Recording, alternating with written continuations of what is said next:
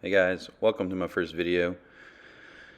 I went ahead and prior to this video already cleaned out the fuel filter and pulled the injectors, so this is kind of jumping in the middle of it. I pulled the injectors, hooked them to a battery, tested them, ran carb cleaner through them, and what you're seeing here on the first video intro, that's the next step in the process. Alright, so I wanted to start this off. Initially the problem was we would crank the motor. It was tough to get started. It would stumble quite a bit. You'd get it up to about 3,000 RPMs and alarms would go off, to one long one and then another long one after a few seconds. Then from there we started troubleshooting, or I started troubleshooting in these Mercruiser 350 Magnums. There's a fuel cooler. You see the top of that fuel pump is painted. A lot of times the paint will bubble inside there, so if you actually pull that fuel regulator right there and see any paint in there, then you can bet that you have paint that's coming apart in your fuel lines. That means you need to pull your injectors. That means you need to pull your fuel rails and clean those as well. Test your injectors. That was a pretty heavy project. Once that was done, the motor started running good. It wouldn't idle. If you notice right here, see that little filter? That is your idle control. It's called IAC. If that filter is dirty, do not replace them. Sometimes it'll suck them in the engine. Make sure you go and get the right filter for that.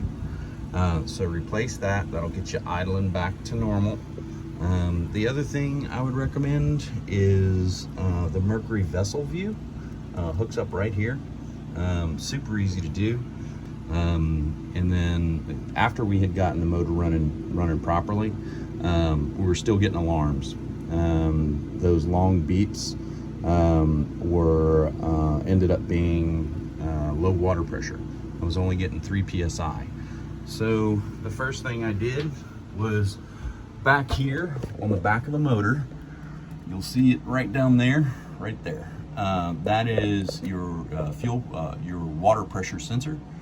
Pull that off, make sure that's not corroded, clean it out, and get that put back together. Go ahead and start it, run it again, see if it'll go. More than likely it's your impeller. There's two types of impellers. If you have the Bravo or Omni, this is the Omni. It's actually the water pump is here, which I'll show you here. I'll show you a picture of before I took it apart, but this is the fresh impeller back in here. This is the first test run after getting the injectors back in and making sure the fuel rails are clean and replacing the IAC filter.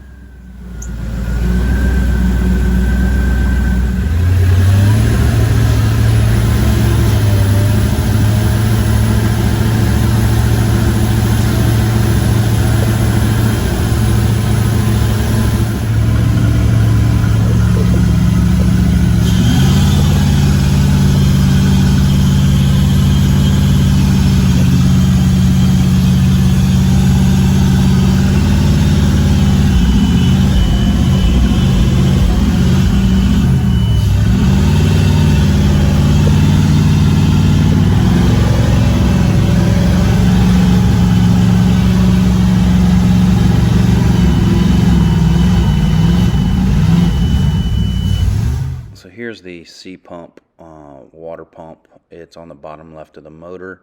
Here's your belt path from the left and the right. This is the belt tensioner, which is a little tricky. And those are the two bolts that hold on the C pump. This is a bolt that's on the bottom of the alternator. Now for the test run. So it took a few minutes for the water to pick up. Ran through a few more critical alarms.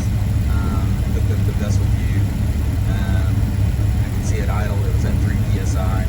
As soon as I cranked it up to 2,000 RPM or so, I'll post those statistics. The pressure started building immediately. So now she's purring, running pretty, and we're going to give her a test run.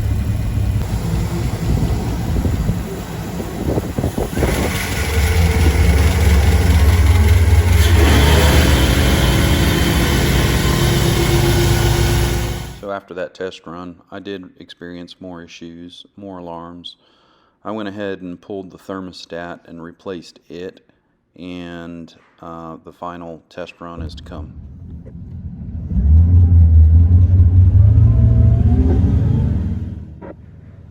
As you can see, now she's running fine.